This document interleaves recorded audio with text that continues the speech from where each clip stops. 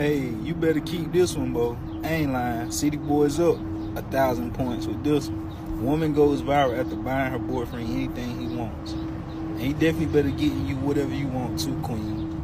Because God leave, boy. That man better not be cheating or nothing. She done sent this man a damn payment for a scat pack. I know the haters in the back like, well, it ain't paid for this, that, the third. Hey, baby, the damn payment is all I need. I ain't lying.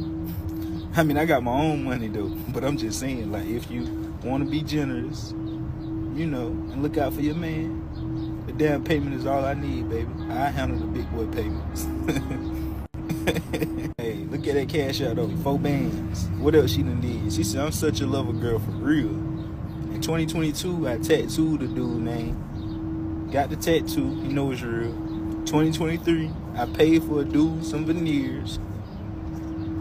In 2024, I sent a down payment for a scat.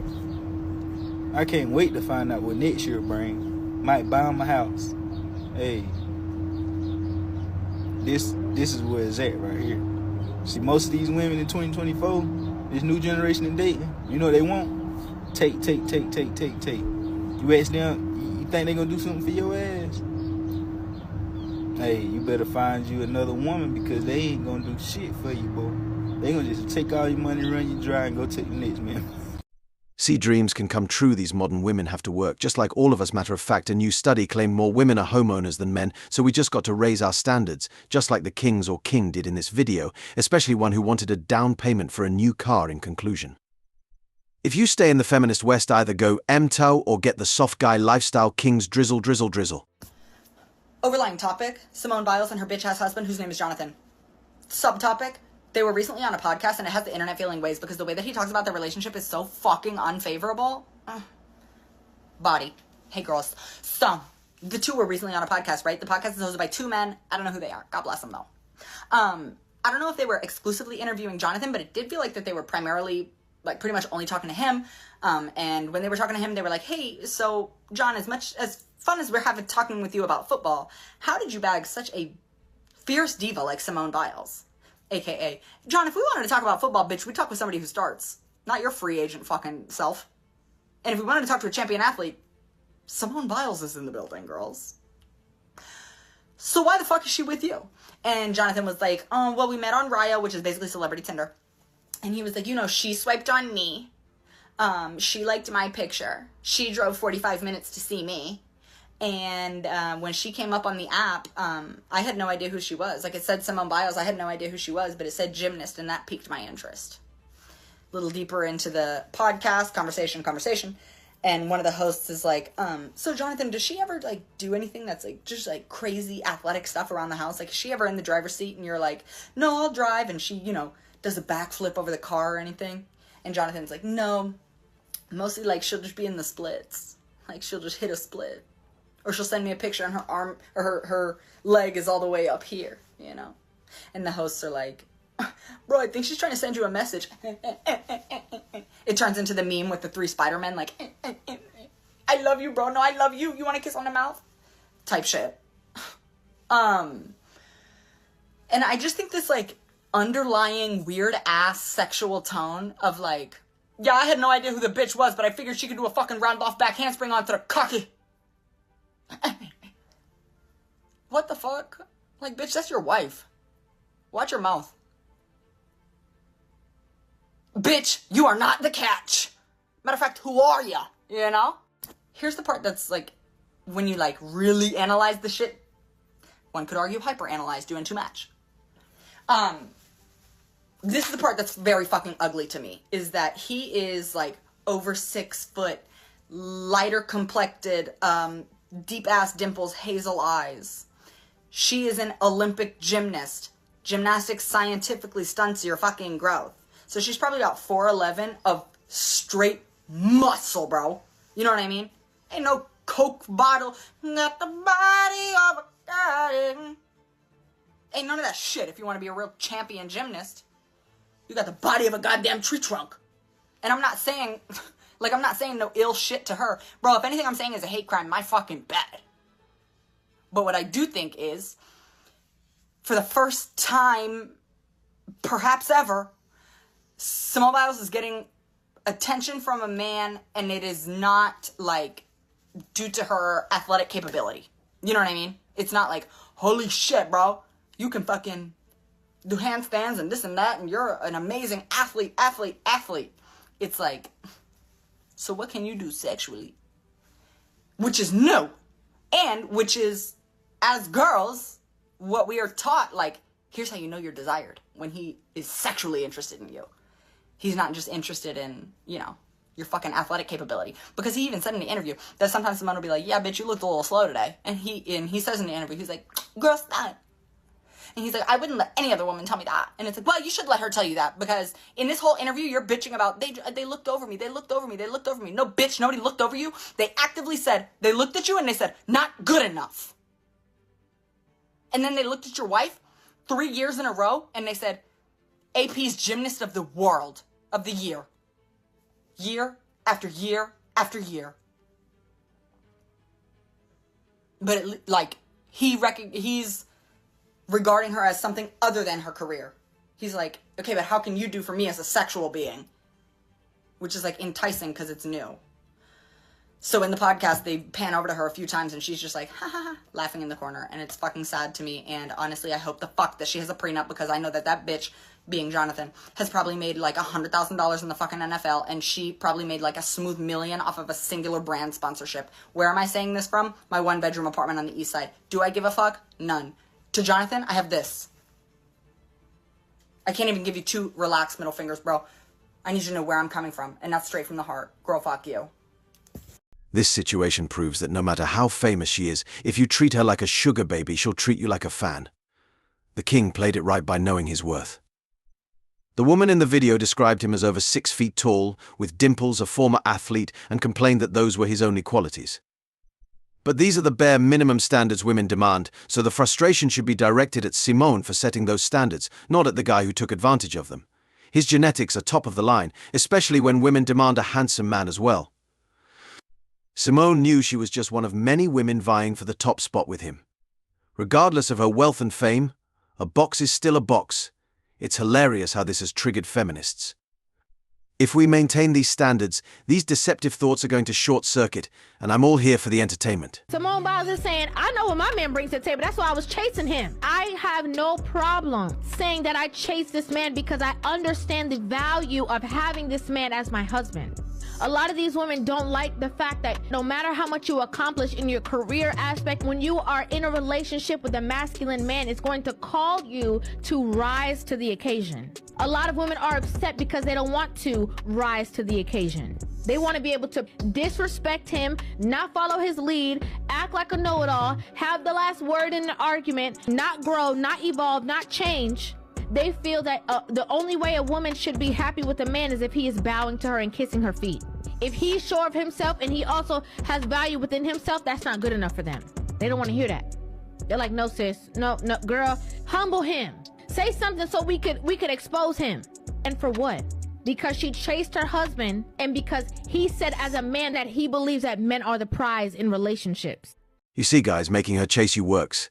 Modern women live for the chase, and that's the only way they'll respect you if they've had to earn it and invest their own money in the relationship. For those who don't know, Simone Biles is an Olympic gymnast who's in better shape than most women on Earth. Even she realized she had to chase the man she wanted because she was aiming for a top 10% physically gifted man. Despite being super famous, rich and young, she knew she needed to cash out and get the best value man she could. The guy she married, though not as well known, demanded his soft guy era and got it. This marriage has triggered these bed wenches, leaving their panties in a bunch because it looks like the guy won. If they divorce, Simone will have to pay alimony and child support for 18 years if they have a kid. This just goes to show the power dynamics at play and how making her chase you can turn the tables. I'm afraid that men are about to learn rule number 1 of capitalism. In order to negotiate, you have to bring value. And in order to strike, you have to be able to take something away from the person that you're trying to strike against. That is the meaning of a strike. It means withholding something until you get your needs or conditions met. That's a strike, okay? So I just have one question for all of y'all. What is that thing? Go ahead. What is that thing? What are you going to withhold from women in any meaningful way that is going to force us to meet your conditions and demands. What will it be? Go ahead. What will it be? What will you withhold from us? Have you thought about that? Have you thought about what it is you can meaningfully withhold from women in order for your movement to be effective? Because I guarantee you, in less than a month's time, tops, I promise you, everybody's going to forget about this. Do you know why? Because there's nothing at stake. There is nothing at stake. And let me explain something else to you. Without the forceful withholding of women's human rights away from them, there's nothing in our society that is dependent on men marrying women. But there is a lot at stake for women marrying men. You know how you know that? It's because the government is getting involved. Because our rights are getting removed from us again. Because a lot of things in our society rest on the laurels of women's unpaid labor. Do you understand that? Women have been going on strike and withholding that labor. And that labor is so valuable that not only are men getting their panties in a bunch about it, but the government is getting involved. And they're reversing our rights to our own bodies and to our own freedom and our own safety. And that's how you know our shit's working. You know what the government's gonna do when there's too many single men? They're gonna start a war or something and send y'all to die. That's what they're gonna do. Don't be crazy. Y'all need to get your shit together and try to survive. Because I'm telling you, it's not gonna work like it did for the women. It's simply not. Let's really think about it. Let's unpack this, even. I'll lay it all out for you. You bring nothing to the table by default. Nothing. Nothing. When you start to talk about, we're gonna not date women, so what? Women don't want to date most of y'all anyway, and you talk about, it's the men who have figured this out. It's y'all's whole, 80-20 theory, where, 80% of women only want to date the top 20% of men. Yeah. You understand why that is, right? It's because men aren't shit. Like 80% of men bring nothing to the table, to the point where women only want to date the top 20% of guys, because that's the only tangible value that y'all bring to somebody's life, is being either really good looking or making a lot of money. Those are your only tangible values. So you are already not as valuable as women because only a small percentage of you actually represent something that women want, okay? Something that women actually want. So for you to remove yourself from the dating marketplace means nothing, because you've already been sitting on the shelves. Do you understand that? You've been sitting on the shelves and nobody wants to pick you up. Rule number 1 of capitalism is supply and demand. There's simply not enough demand for y'all to be going on a strike. Like, it just simply isn't. There's not. What y'all did was overestimate your hand. Like, you overplayed your hand. You overvalued your stock value. You overvalued yourselves. People only care about y'all being single insofar as it's going to threaten other people's lives. Do you understand that? You bring negative value to society. Like, oh my God, like I hate to break this to you, but you literally bring negative, you take away from society. Y'all like murder people. So weird how giving people easy access ramps in the form of unpaid human labor, and this applies to white people as well, amazing how that will just take away your ability to think critically about your own value, because your rights haven't been constantly taken away and you haven't been abused by every system that you were forced to fucking exist in, that you stop questioning, like, what value do I actually bring to the table? The systems that allow you to exist so freely without thinking about anything at all have ruined your ability to think critically about things. So you perceive your own value to be so high while not realizing that your value is artificial. It's been given to you, and other people are not treated the same as you. And in the same way that white people love to brag about culture that doesn't belong to them, that they didn't create, that they have simply just been benefiting from, not only culture, but also actual physical value and labor and everything like that, white people take credit for it in the way that's like, oh, well, you built all this. And it's like, no, you didn't. You took credit for it, right? And it's in the same way that men take credit for women's invisible labor. And if you really want to talk about providing, the title actually should not be provider. It should be bringer. That's all that y'all do. You've only ever brought money to the table, which a woman is forced to sit because it's her only way to get money. And you know what? Now that women don't have to do the table thing, they can just go to the same place that you go and get their own money. They don't want to come to the table with you to even negotiate. So y'all are sitting over here yapping about your movement, and women are over here getting money, living by themselves, and they don't want your money. And men will be like, my kids, my house. Who made those children? Whom did they pop out of? For you to call them yours.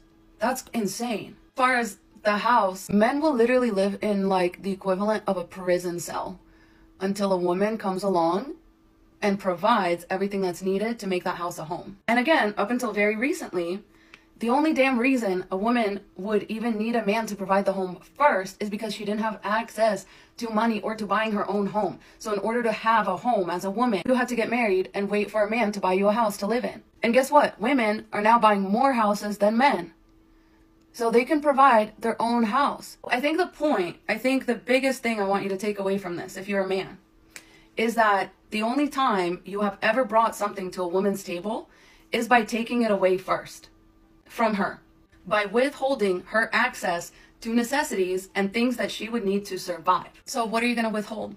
The only thing that men typically bring to the table are their needs and wants. What women can bring to a man's table, those things are priceless.